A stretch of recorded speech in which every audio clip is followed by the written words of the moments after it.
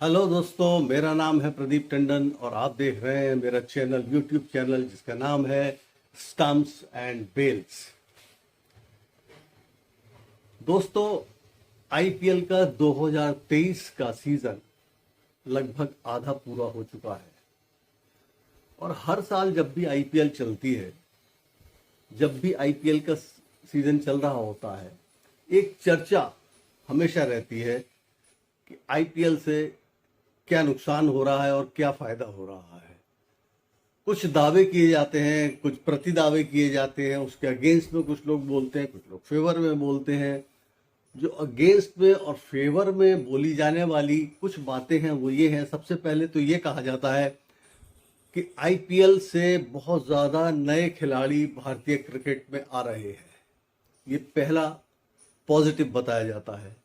दूसरा पॉजिटिव ये बताया जाता है कि बहुत पैसा लोगों को बहुत अच्छा हैंडसमली पेड हो रहे हैं और खिलाड़ियों को बहुत अच्छी आमदनी हो रही है। ये दूसरा दावा है। लेकिन कुछ लोग जो अगेंस्ट में बोलते हैं, उनका कहना यह है कि क्रिकेट के मूल स्वरूप से छेड़छाड़ करने के बाद इन्होंने क्रिकेट की खूबसूरती खत्म कर दी है। क्रिकेट की वो आर्ट जो इसका रॉयलनेस थी, जो इसमें रॉयलपन था क्रिकेट में, वो खत्म हो गया है। ये जो इसके विरोधी स्वर हैं वो बताते हैं। तो दोस्तों, इन्हीं दावों की, इन्हीं प्रतिदावों की जांच पड़ताल करने के लिए मैंने आज का ये विशेष एपिसोड आपके लिए बनाया है, क्योंकि यही राइट टाइम है। जब आईपीएल चल रहा है तभी आईपीएल पे चर्चा हो तो ज्यादा अच्छा है। तो दोस्तों, एक एक करके इन दावों की पड़ताल करते हैं, इन बातों की पड़ताल करते हैं। सबसे पहले ये कहना कि भारतीय क्रिकेट को बहुत सारे नए खिलाड़ी आईपीएल से मिल रहे हैं, हम सबसे पहले इस दावे की पड़ताल करेंगे। दोस्तों, आईपीएल की शुरुआत हुई 2008 में और 2010 तक आते आते आईपीएल ने अपने आप को पूरी तरह स्थापित कर दिया था और बहुत चर्चा में अंतर्राष्ट्रीय स्तर पर, राष्ट्रीय स्तर पर आईपीएल आ चुका था। तो हम अपने दावे की पड़ताल के लिए 2010 तक का एक पीरियड लेंगे और 2010 से 20 तक का एक पीरियड लेंगे। हम पिछले 20 सालों का कंपैरिजन करेंगे, प्री आईपीएल और पोस्ट आईपीएल, यानी कि 2010 तक का वो पीरियड जिसे हम प्री आईपीएल मानेंगे और 2011 से 2020 तक का वो पीरियड जिसे हम पोस्ट आईपीएल मानेंगे। तब हम देखेंगे कि भारतीय क्रिकेट को कितने नए खिलाड़ी पहले मिले, प्री आईपीएल में मिलते थे, और कितने नए खिलाड़ी पोस्ट आईपीएल मिलने लगे। तो दोस्तों, सबसे पहले हम तीनों फॉर्मेट की बात करेंगे।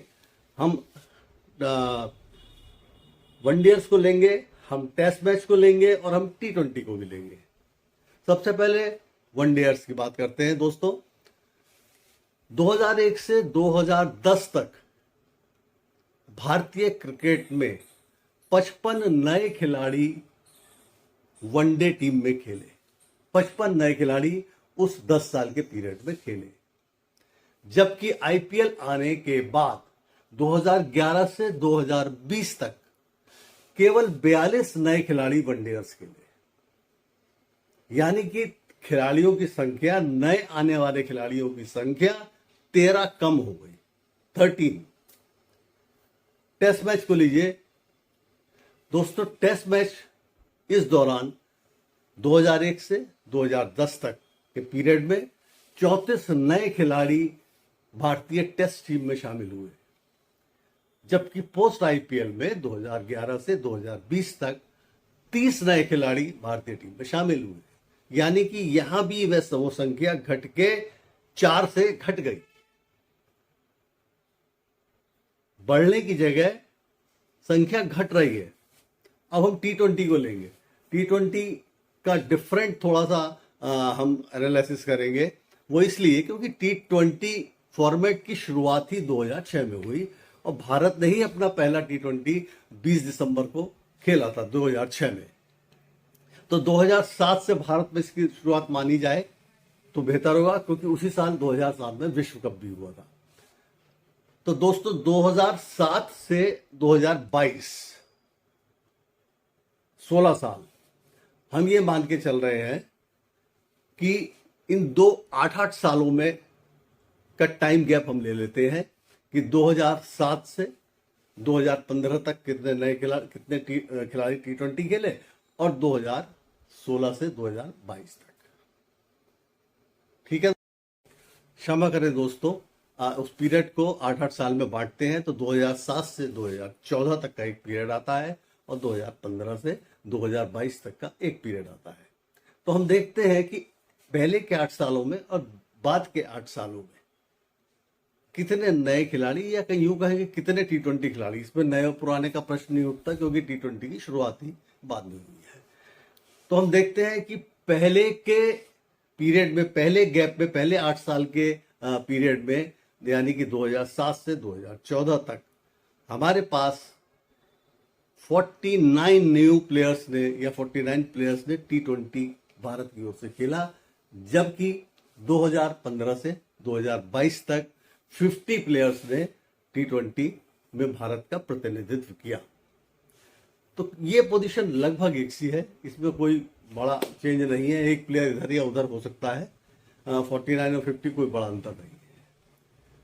तो ये दावा कि भारतीय टीम को बहुत नए खिलाड़ी मिल रहे हैं, इसमें ये दावा पूरी तरह से खारिज हो जाता है, जैसे कि मैंने आपको आंकड़ों से समझा दिया है। अब दूसरे दावे की बात करते हैं कि भारतीय खिलाड़ियों को बहुत फाइनेंशियल फायदा हो रहा है, बहुत पैसे मिलने लगे हैं। ये तो स्वाभाविक है, ये तो कैश रिच लीग कहलाती है और सबको पता है कि खिलाड़ियों की बोली करोड़ों में लगती है, करोड़ों में खिलाड़ी बिकते हैं। न सिर्फ खिलाड़ी, support staff, scorer, commentator, umpires, coaches, सब लोगों को बहुत हैंडसमली पेमेंट होता है और होना भी चाहिए। अगर इतना मेहनत की जाती है, एक हुनर है उन लोगों में, उस हुनर का उन्हें पेमेंट होना चाहिए और हो रहा है। इसमें तो कोई, इस दावे में तो कोई झूठ है ही नहीं, ये तो बिल्कुल सच है और ये सही भी है और सच भी है, दोनों बातें हैं। अब तीसरी बात करते हैं, जो लोग कहते हैं कि क्रिकेट की खूबसूरती, जो लोग विरोध में है वो लोग कहते हैं क्रिकेट का जो एक नैसर्गिक खेल है, जो उसकी ब्यूटी है, जो उसमें रॉयल टच था क्रिकेट में, वो खत्म हो गया है। तो दोस्तों, पुरानी क्रिकेट या टेस्ट क्रिकेट अगर आप आज भी देखो तो जिस समय गेंद का स्विंग होता है, उस स्विंगिंग डिलीवरी पे बैट्समैन को खेलते हुए जो आपको ब्यूटी नजर आएगी वो अलग होती है।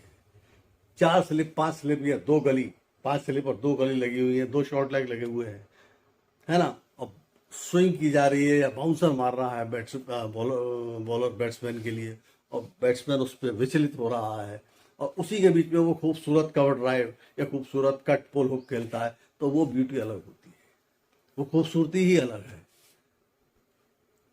उसमें जेंटल, जो उसका एक जेंटल टच होता है, जो एक आर्ट है उसकी, वो तो यस कहीं ना कहीं प्रभावित हुई ही है T20 के या इस तरीके के खेल के आने से। फील्डिंग में एक बहुत पॉजिटिव चेंज आया है। जितना अच्छा स्तर आज फील्डिंग का IPL या इस तरह के टूर्नामेंट्स में देखने को मिलता है, वो शायद पहले कभी सोचा भी नहीं जा सकता था, कल्पना भी नहीं की जा सकती थी। तो दोस्तों, हमने इन तीनों दावों को निरीक्षण किया, लेकिन पहले दावे में फिर से हम लौटते हैं, जिसमें यह कहा जा रहा है कि नए प्लेयर्स बहुत आ रहे हैं, बहुत नए प्लेयर्स क्रिकेट में आ रहे हैं। IPL के आने के बाद बहुत नए खिलाड़ियों को, भारत की टीम को फायदा हो रहा है। दोस्तों, ये कौन कह रहा है और कौन इसे एक्सेप्ट कर रहा है, ये दो अलग अलग चीजें हैं। कह कौन रहा है, तो कह तो वही लोग रहे हैं जिनका इसमें हित जुड़ा हुआ है, जिनको इससे फायदा हो रहा है ऐसा कहने से, और वो लोग स्वाभाविक रूप से BCCI, इससे जुड़े हुए लोग, वही लोग कह रहे हैं कि बहुत फायदा हो रहा है। तो इसमें तो कोई गलत है भी नहीं, तो स्वाभाविक सी बात है, वो तो कहेंगे ही। लेकिन अब दूसरी बात यह है कि एक्सेप्ट क्यों कर रहे हैं लोग, उसका कारण बताता हूं मैं। क्यों, ऐसा क्या है कि एकदम से उन्होंने कहा और किसी ने एक्सेप्ट कर लिया, वाई?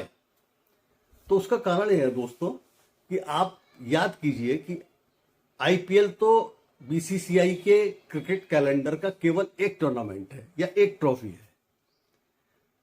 आईपीएल आने से पहले भी तमाम ट्रॉफीज और आईपीएल आने के बाद भी तमाम ट्रॉफीज बीसीसीआई और भी कराता है, जैसे Ranji trophy, Duleep trophy, Deodhar trophy, Irani trophy, CK Naidu trophy, Vijay Hazare trophy.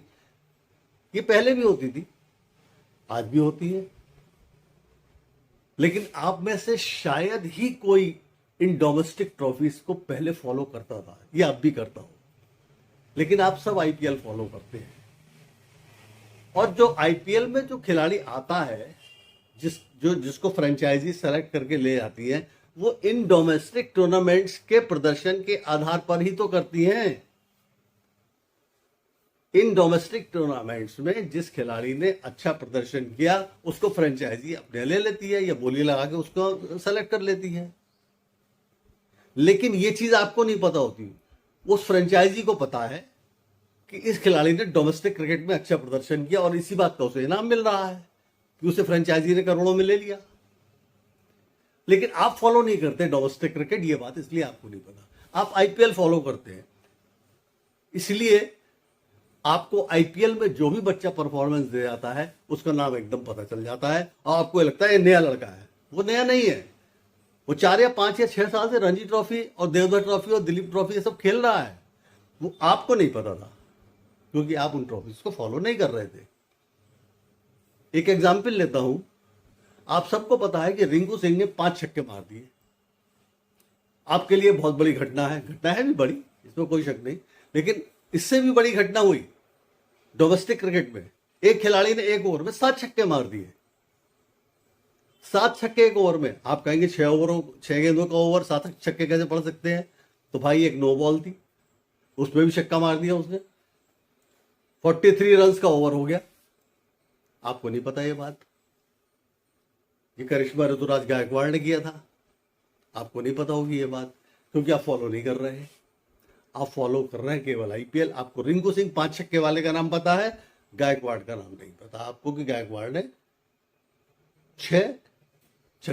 7 छक्के मार दिए। तो दोस्तों ये वजह है कि आपको ये लगता है, ये आपके मन में विश्वास हो गया है कि आईपीएल से बहुत नए खिलाड़ी मिल रहे हैं। तो दोस्तों आज तीनों दावों की मैंने आपसे विस्तृत चर्चा की और जांच की और आपको समझाया कि आईपीएल से क्या हमें मिल रहा है, क्या नहीं मिल रहा है, कौन सा दावा सच्चा है, कौन सा दावा झूठा है। लेकिन सबसे ज्यादा जरूरी यह है कि आप भी अपने ज्ञान चक्षु खुले रखें। आप अपनी जो विश्लेषण है स्वयं भी करें कि क्या हो रहा है, क्या दिख रहा है ना। मेरे कहने से या किसी और के कहने से आप प्रभावित ना हो, आप स्वयं अवलोकन इसका विश्लेषण करें और उसके बाद निर्णय लें। आईपीएल जैसे टूर्नामेंट बहुत फायदेमंद है खिलाड़ियों के लिए, ये बात मैं आपको बताना चाहूंगा। लेकिन कई दावे जो हो रहे हैं वो गलत है कि भारतीय क्रिकेट को नए खिलाड़ी मिल रहे हैं, ये दावा सरासर गलत और झूठ है। तो दोस्तों उम्मीद है आज का विश्लेषण आपका एक कार्यक्रम आपको पसंद आया होगा, एपिसोड आपको पसंद आया होगा। अगले एपिसोड में आपसे फिर मिलूंगा एक ऐसी नई जानकारी के साथ, नए एपिसोड के साथ। तब तक के लिए नमस्कार।